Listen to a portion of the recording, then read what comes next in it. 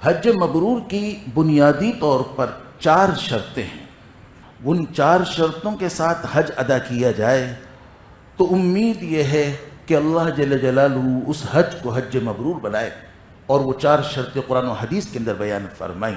پہلی شرط یہ بیان فرمائی من حج للہ، جو حج اللہ کے لیے کیا جائے، مقصود اس سے اس فریضے کی ادائیگی اور اللہ کو راضی کرنا ہو.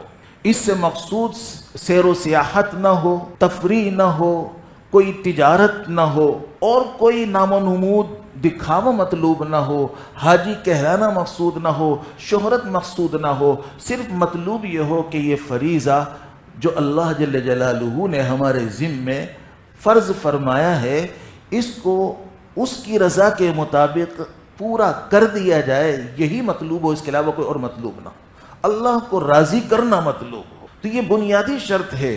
اور دوسری شرط یہ ہے جب احرام باندھا اور احرام کی نیت کر کے احرام باندھ لیا تو اس کے بعد جو پابندیاں عائد ہوئی ہیں ان پابندیوں کا پورا لحاظ رکھا جائے. حجاج اکرام کا تصور یہ ہوتا ہے کہ اگر غلطی ہو گئی تو صدقہ دے دیں گے، کوئی غلطی ہو گئی تو دم دے دیں گے، کفارہ دے دیں گے، تو گویا کہ وہ نافرمانی کریں گے. تو وہ جو فرما برداری کا اور پابندی کا جو حکم تھا اس کو نظر انداز کیا، صدقہ دے کر جان چھڑانے کا تصور قائم کر لیا.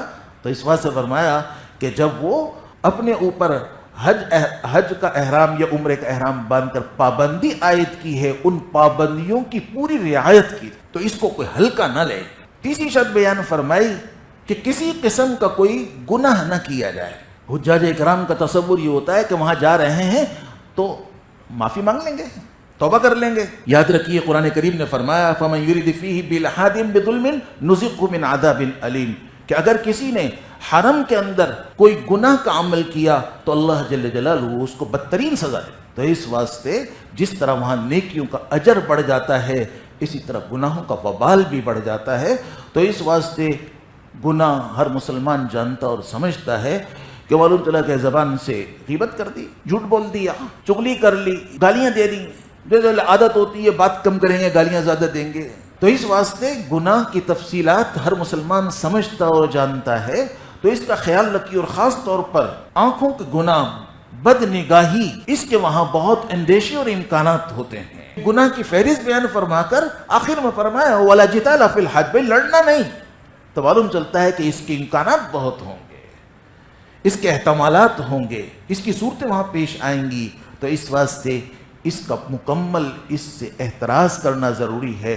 تو یہ 4 شرطیں ہو گئی. سب سے پہلی شرط یہ ہوئی کہ نیت صحیح ہو، اللہ کے لیے حج کیا جائے. اور دوسری شرط یہ کہ احرام باندھنے کے بعد جو پابندیاں عائد ہوئی ہیں ان پابندیوں کا پوری رعایت رکھی جائے، اس کو ہلکا نہ لیا جائے. اور تیسری شرط یہ کہ کسی قسم کا کوئی گناہ نہ کیا جائے. چوتھی شرط یہ کہ لڑائی جھگڑا